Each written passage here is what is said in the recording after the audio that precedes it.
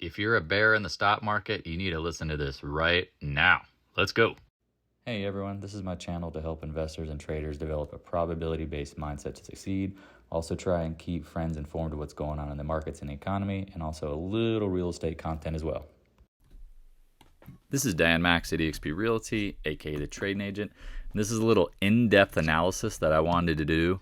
If you are a bear in the market, I want to talk about the things you need to see going forward, and just in general what to keep an eye out for. So, as most of y'all know, if you go check the history of the channel, we became bearish in November of 2021 based on the blow-off, the liquidity blow-off, the Feds deciding that they weren't going to be owning or buying stocks.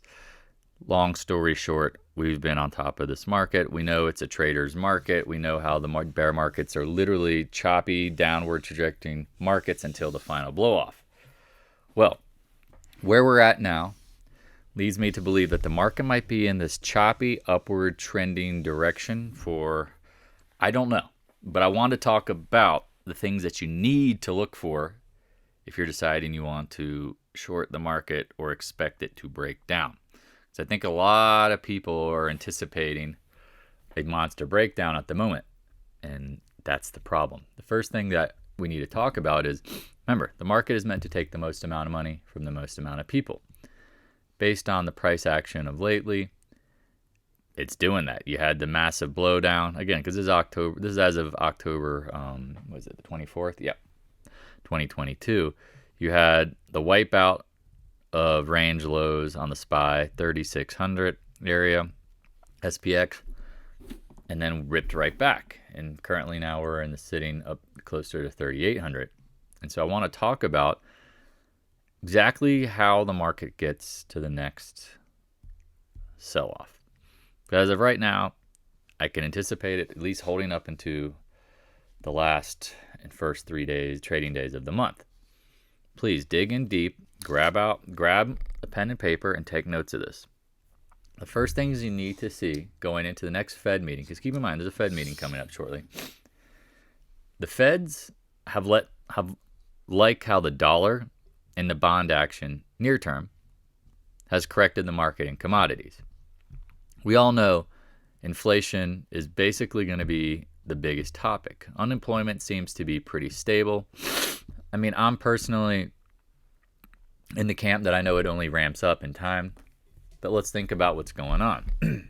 If the Feds don't want to tank the market in front of a midterm election, what are the things that are going to be needed to get the market to wipe out later? Sorry for my congestion. Apologize. Seems to be never ending. At this point, it gets really simple. It's all about oil, gas, and commodities. I've said this now for about a week and change, and I'm starting to feel like that's the case. Now we see the bond market trying to stabilize. Not really. It's not doing a great job of that. Japan's, trying to sell dollars, sell treasuries to build liquidity to support their currency. It's clearly not working. Xi is looking like he's going to dictate his way into Taiwan at some point. All of these little factors seem to be bearish, but the market seems to be rallying. And I'm telling y'all, I think there's a reason behind this, and it's not just technical. I think a lot of it has to do with people anticipating oil, gas, commodities basing off. The market seems potentially undervalued. I guess I hate saying that because that's very relative. I don't think it is. But that's where you get to this rally that I think the narratives start to shift, right? Because people start going, oh, okay, well, these companies priced in inflation, they're raising prices, and now their inputs are coming down, right? So companies have been beating certain companies, and some have not, obviously. But let's talk about how to move forward. All right, oil. We talked about 76, major support, right? Because oil is one of the keys. Look what happened. Bounced off of 76, failed at 93, which we thought. Now we're buying it back here in the mid-80s. I would say 82, 83 range. If the Feds are going to have to continue to raise rates and slam the markets, because again, that's what they're going to do, pull liquidity, try to get risk to come off. And we know this is going to fail in the end. We all know that. Again, the Feds can't control the money supply and affect oil supplies. Like, it just doesn't work like that.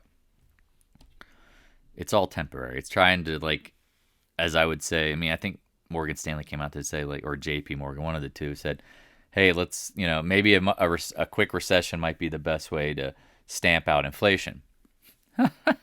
Okay. Yeah. Again, when you have structural supply issues, we know it's not. The stuff going on in Ukraine and Russia, I don't think it's going to die down. I think it just ebbs and flows, keeps the pressure on.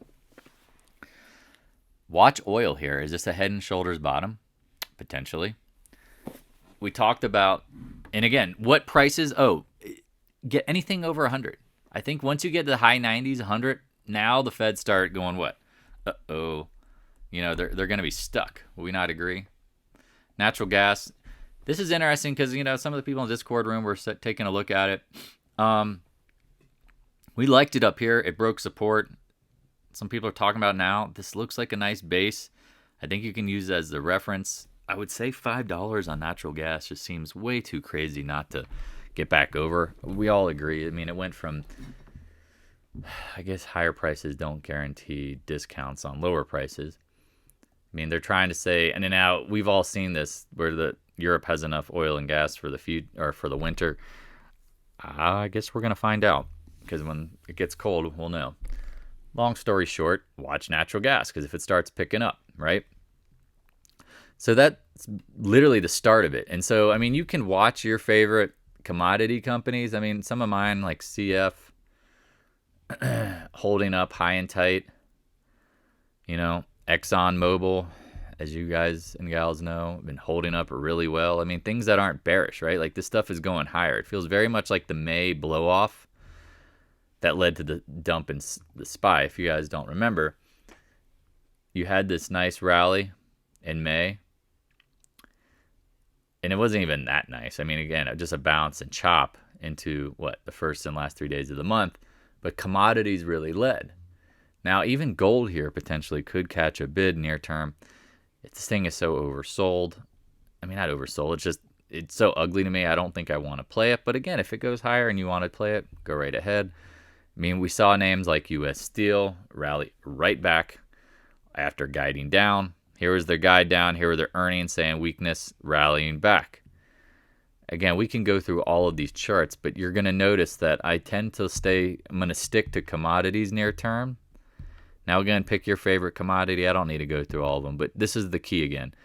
If the Feds are going to be stuck, and mean they want to lower rates, and the market wants them to pivot, they're going to be stuck if oil and gas, your favorite commodity names, continue to rise.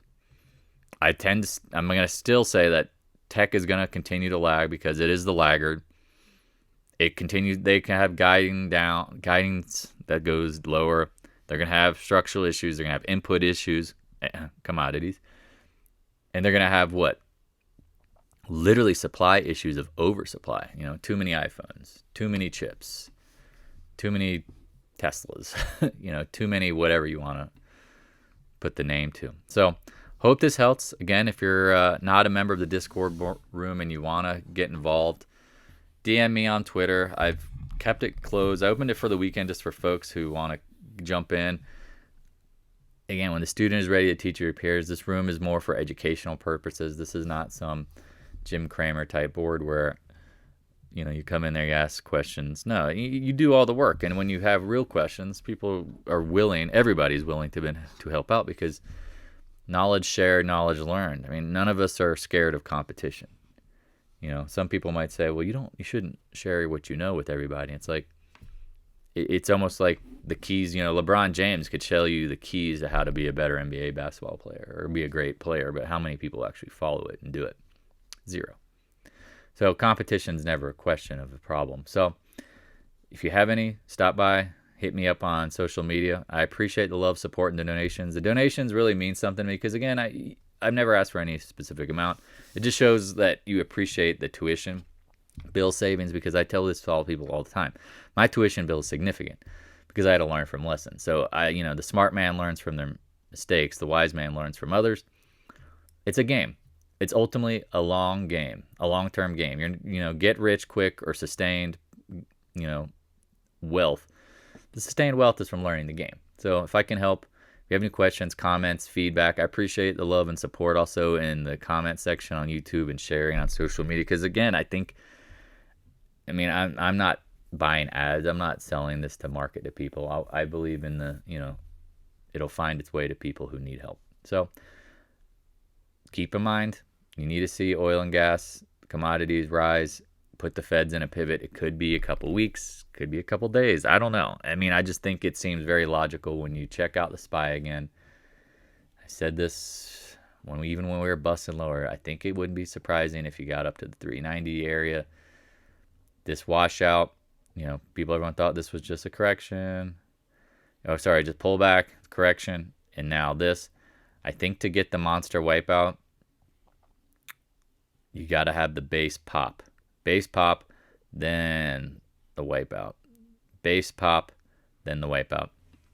All right, if you stuck around this long, I appreciate it. Slap the like button. You're awesome. Peace. Hey, thanks for watching. If you have any questions, stop by the Discord room. A link is in the description below. Also, if you'd like to help support more free content, the PayPal link is in the description as well. I appreciate your continued support of the channel.